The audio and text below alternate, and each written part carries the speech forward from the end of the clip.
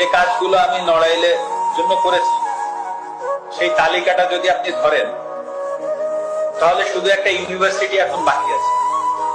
একটা সি ক্যাটাগরির জেলায় কি কি প্রয়োজন, একটা ইউনিভার্সিটি বাকি আছে। আমার বাবাকেও বলে দিয়েছি যে এটার কোনো বিচার বর্তমান সরকার বা যারাই আসুক বা যারাই থাকুক বা আসুক, হ্যাঁ, তাদের কাছে আমি এটা নিয়ে কোনো বিচার চাই। কারণ এটা আমার কাছে মনে হচ্ছে যে আসলে এই বাড়িটা তো আসলে যশোর থেকে এসে বা খুলনা থেকে এসে বা ঢাকা থেকে যে কেউ ভাঙে। হ্যাঁ, নড়াইলের মানুষ কোনো না কোনো জায়গা থেকে উঠে এসে ভাঙছে।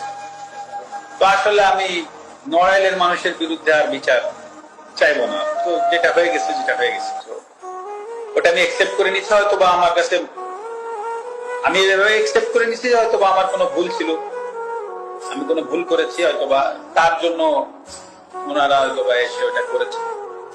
তো আমার মনে যদি বিন্দুমাত্র কষ্ট এখন আর নাই, আমি মানে কষ্ট নাই এই কথাটা ভুল, মানে কারো প্রতি রাগ ক্ষোভ এগুলো কিছুই নাই।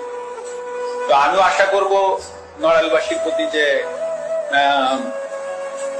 আমার কোনো ভুলে বা কোনো জায়গায় যদি কষ্ট হতে থাকে, তো আশা করি তারা তো একটা স্টেপ নিয়েছে, তারাও আমাকে এই জায়গা থেকে ক্ষমা করবে। এটাই আমি আশা করি, এর বেশি